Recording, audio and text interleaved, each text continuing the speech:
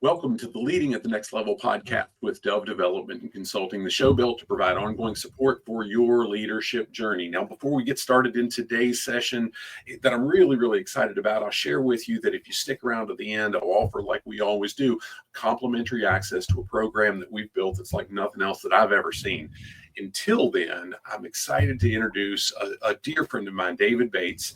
David and I have known one another for several years now. We're very excited about the partnership that we get to have again this year. We've been partners for several years on the Live to Lead Harrisonburg experience that Cindy and I have hosted, but this year specifically on the Leadership Legacy experience on June 13th. So whenever you're accessing this, either before, after, during, whatever that may be, I'm excited for you to learn more about David and his dad, Robert, and what they do through Alcova Mortgage, specifically in Harrisonburg, but also in the Smith Mountain Lake area.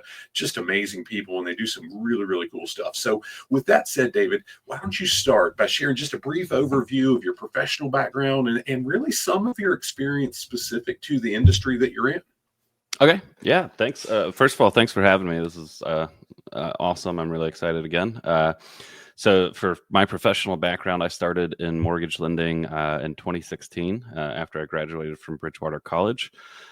Since then, I've been a top 100 loan officer in my company since 2018. I was actually a Scotsman Guide top originator from 2021.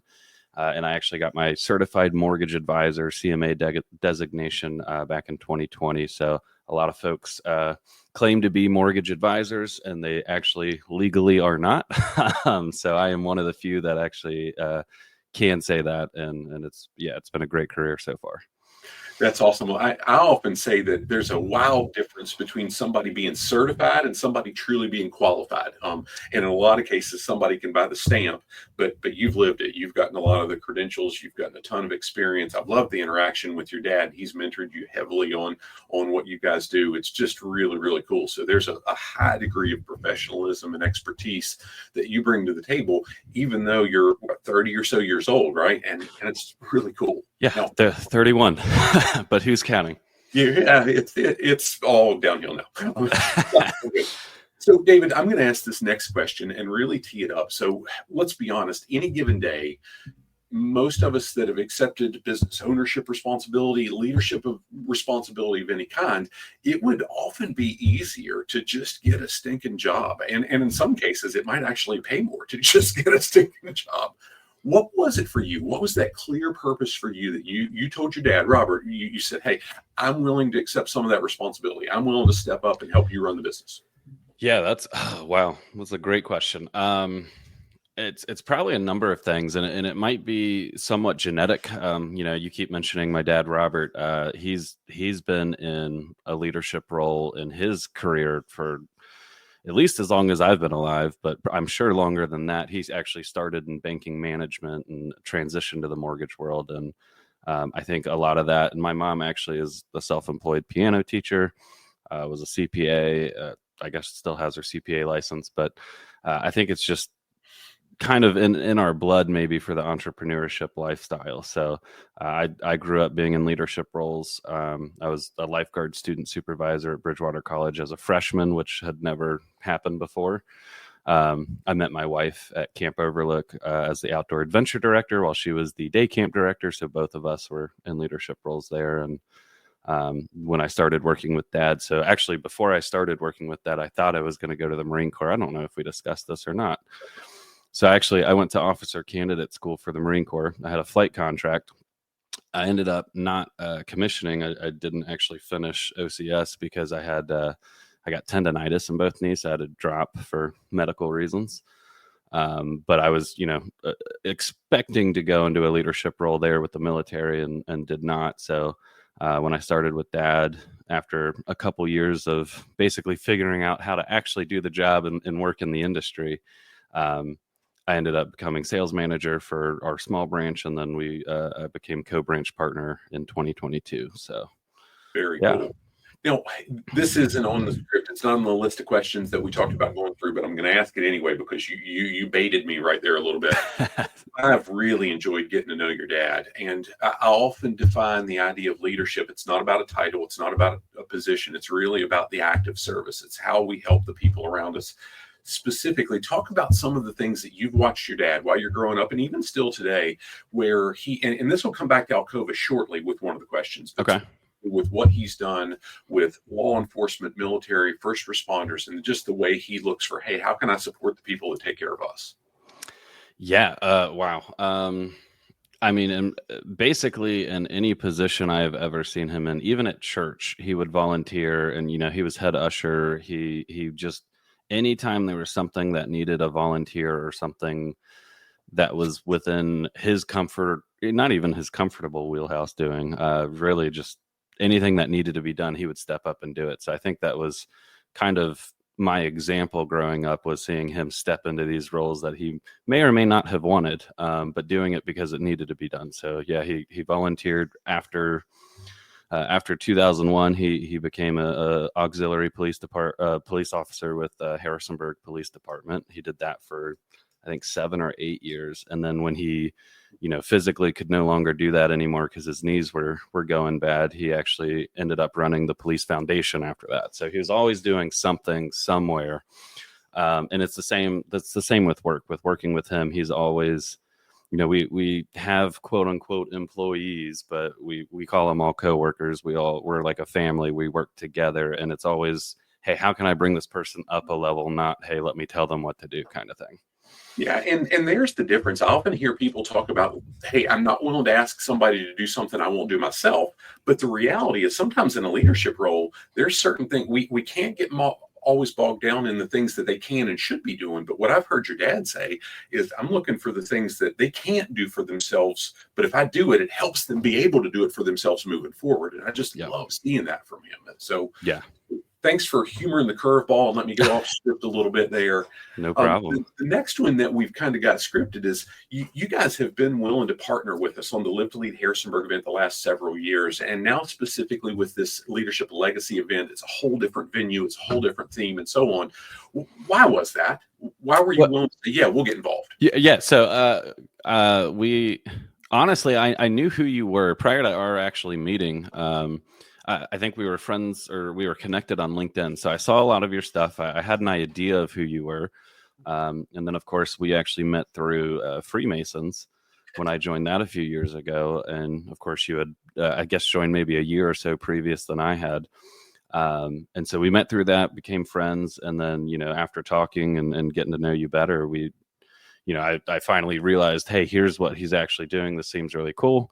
And then, of course, we sat down with Dad. We broke bread a few times, and from there, it was just a no-brainer of, hey, this is everything that you do is something that we think is great for the community, and it's something that we enjoy being involved in. So, well, and I appreciate all that, David. I mean, we're really intentional when we use the word partnership. We don't call anything we do sponsorships. We want to make sure it's a true cohesive partnership relationship. We want it to be a win-win, and we just love the interaction we have with you guys. So thank you for that. So tell me now, what would you really like for the community?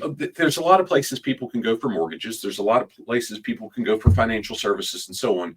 But you really specialize in the value you add and the resources that you provide. What would you like the community to know about what you guys do at Alcova Mortgage, specifically in the offices that you and your dad are responsible for? Yeah, so we've got a Harrisonburg office, here locally, and we ended up taking over a branch in Hardy, Virginia, near Roanoke at Smith Mountain Lake. And for the most part, it doesn't matter what Alcova branch you're talking to. Everyone at this company is aligned on vision and goals, and I think we're all inspired by our Alcova owners. So there's 3 owners. We've got Bobby, Billy, and Robbie, or Rob rather. Don't tell them I said Robbie. And they, from the get-go, they realized, hey, this mortgage process needs to be simpler. This is not something that normal people understand. It's a complicated process, and quite honestly, a lot of the industry makes it way worse than it needs to be. So I won't go through all the history of prior companies where Dad has been or where I was with him, but it was so refreshing to see basically someone say, hey, the client experience is the most important to us. So I could go into how we've got the great products, we've got great rates and all that, but I think the customer service and experience by not having to panic and worry of, hey, is my loan going to close or not? Am I actually going to be able to buy this house? That I think comes down to the number one priority for us. So, we've got that's kind of the whole company alignment and vision. We've got, core values, which, maybe I'll go into later, but I don't want to bore people with that. But it's the entire company is just structured to help people and simplify the process. And basically we're going to make it as easy as possible. And we're going to try not to ask you for anything we don't need. Whereas other people might over document whatever else and ask for things that maybe not be necessary. David, I love that you share that, because I mean, the majority of the relationships that Cindy and I have today, be it personal relationships, business relationships, and the two go together. I mean, you can't separate them when you run your own business, right? They're based on, we do business with people we know, like, and trust being one of the key things. But specifically, it's not always about price. Price is a factor, but it's not the factor. Those relationships, that trust, that the service and the compassion, the expertise is there, is critical. And I love that you guys produce that. Now, yeah, really, really quick, let me just add to that. The one thing I always say is, if you want the Walmart of mortgage lenders for the absolute cheapest option, you can find that, but it's not going to be us. It's going to be someone online offering you, a product and a rate that probably doesn't exist. And when the whole thing crashes and burns, was it really worth it? But yeah. Yeah. So I tell people often, we do some specific work, and some of it's not the least expensive you can find, but I guarantee you the return on investment's there when we do that work. And I often say, hey, sometimes free is the most expensive thing you ever get. Yep. And sometimes that bargain will burn your tail. I cleaned it up right there. I didn't swear. Did you like that? That was great. Now, share a little bit specific to the community. There's one unique thing that Alcova does corporately that we've been able to be involved with together, but I've had some neat experience with myself. Talk about that. Where I'm leading you a little bit. Yeah, absolutely. So our hero, we do a hero reward program as a company, where we recognize a local hero every month. And it's not necessarily a client or even a business partner, anyone we've worked with, but it is literally just hey, thank you for being someone who is a pillar in the community still, after having given, however many years of service they may have given in the military. So we try to find someone who's, had some sort of military experience and is still doing, something in the community. So if you want to talk about, the one particular award we did together, I'll let you mention that, since you were the submitter. Yeah, well, I'd be happy to, but there's been a few others that I've submitted as well, who's received, one of which isn't even in the area. So, right. One was over in Richmond. Yeah. So that's right. And I thought it was such a cool award, because you're doing that. It's not necessarily a client. We've not had a mortgage we've lived in our home for 25 years. So right. We've not done that, but we got to submit. One of the folks that we submitted is a close friend. He's going to be one of the panelists at the June 13th Leadership Legacy event. A guy named Philip Reed. He's the chief of police in Bridgewater. Your dad interacted with him through when he was part of the foundation for Harrisonburg, when he was on the auxiliary for Harrisonburg. Matter of fact, when Philip first started in Harrisonburg, your dad was one of the auxiliary guys. He shared that story. Yeah. But Philip is an absolute rock star. So maybe, is there anything else you want to say in and around that? Well, I was to say he is, and basically, so for background for anyone who hadn't heard the story yet, Wes submitted an application on behalf of Phil, and basically outlined this wonderful, I don't know, couple paragraphs of the whole history there, which I won't go into all the detail. I don't remember off the top of my head, but bottom line, he's an awesome guy, still doing phenomenal work in the community, and so the award is we give a flat $500 and say thank you so much for doing what you're doing. And it's a small token of appreciation, of a way for us to give back to the communities where we live and serve and have branches and work, just to try and make it a better place. Yeah, there was another gentleman that I'm close friends with, and you know him as well, that he actually declined. He didn't feel comfortable accepting because the role he's in now. But one of my lifelong mentors, a guy named Terry Ward, that I've written about in both of the books that I've written to date. I think I've even got him included pretty heavily because he's been so important in my life in the new book that I'm working on now. So you won't escape talking about values because that's the new book too. But yeah, Terry was awarded that in Richmond, and he reaches out to me. I'm leaving Martinsburg, West Virginia. We were with some clients up there, and I got that random text message saying, "Who is this? Is this a scam, West?" And I'm like, "No, Terry. I submitted you. It's legit." So it was pretty humbling to see. So thank you guys for doing what you do. So Hey, absolutely. that kind of leads to the next question, David, but I'm going to ask it anyway. Talk about a recent successful project or maybe a campaign that you guys have spearheaded and the impact that it's had on the community. Yeah, so I guess the first thing that comes to mind is when the hurricane actually came through North Carolina last year and was pretty devastating in certain parts of Western North Carolina. We had several branch offices down there. Every single loan officer, branch partner was out, boots on the ground, trying to help anyone and everyone they could. With the immediate trauma stuff, but also with supplies and everything else afterwards. And actually our owner, Bobby, was down there with them hand in hand because he said, "Hey, this is where I am needed right now. I don't need to be at corporate telling people what to do." He was out there with them, in the trenches,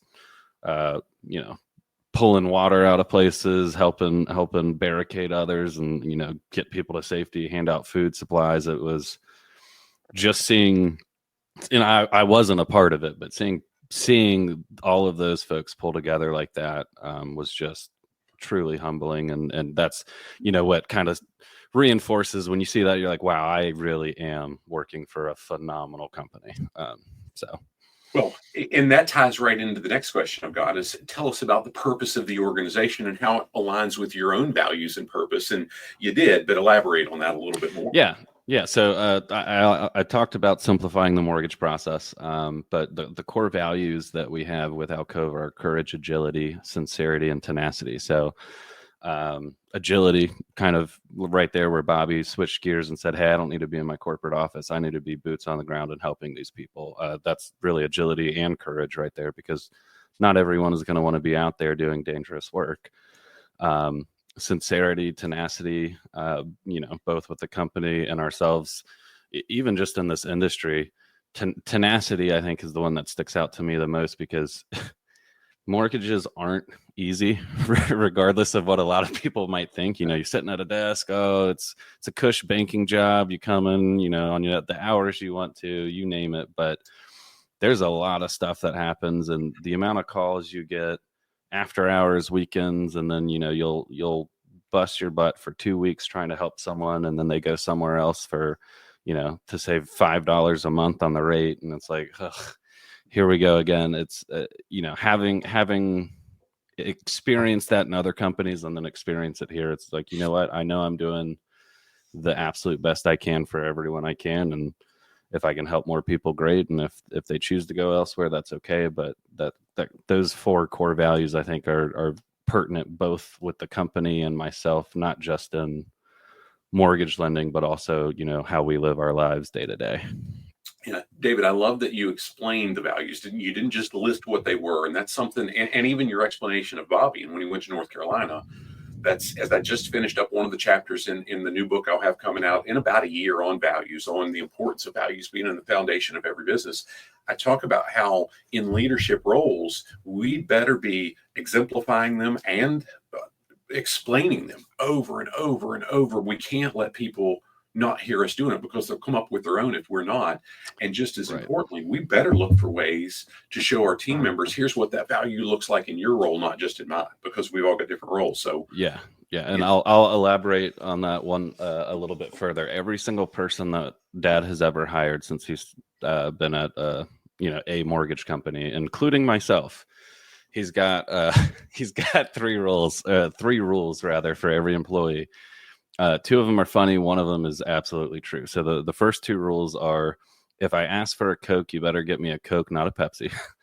The toilet paper rolls over, not under. But the third rule and the important one is the client always comes first. You always do what is best for the client. So if we're in a situation where, hey, we've got to get something done and, we mess something up, you name it, whatever it is, we're going to make it right, and we are going to make sure the client is getting what is in their best interest. If we have to decline a loan to save someone from buying a house that's about to fall down, that the, other parties on the transaction are trying to force you through, we're going to find a way to decline that loan and save that person, because we have to do what's best for them. So, and hey, money can be made a lot of different ways, but there's not many ways that you can earn that character and that trust with people. And that's important. This is a blast. I'm really enjoying this. Now, being a relatively recent 31-year-old, talk about, so you're approaching that older status, right? I've got more gray hair now, so I can do it from a different side of the fence. But what kind of advice would you give somebody that's newer in their career, in their early to mid 20s, that are looking to advance, they're looking for leadership opportunities, they want to become that successful leader long term? What would you say? Here's what I've gone through. Here's some things that might save you some steps. Yeah. Gosh, I probably have a ton. I won't ramble, but I think number one is just jump in and do it. Anytime you get an opportunity, try and say yes. I mean, that was one of the things I did in my 20s and I'm on probably way too many boards that I care to be at the moment, but say yes, get uncomfortable. And you'll learn. I learn at least better from actually doing it. So when you're put in those positions, when you have to make those decisions and you see it from a different perspective, you're going to naturally learn and grow from it.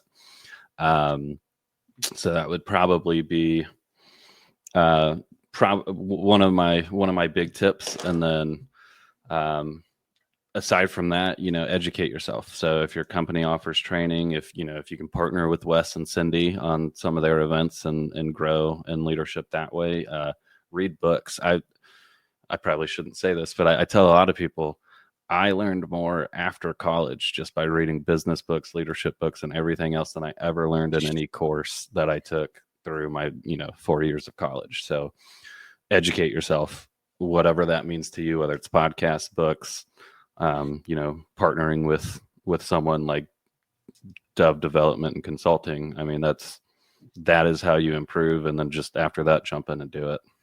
Yeah.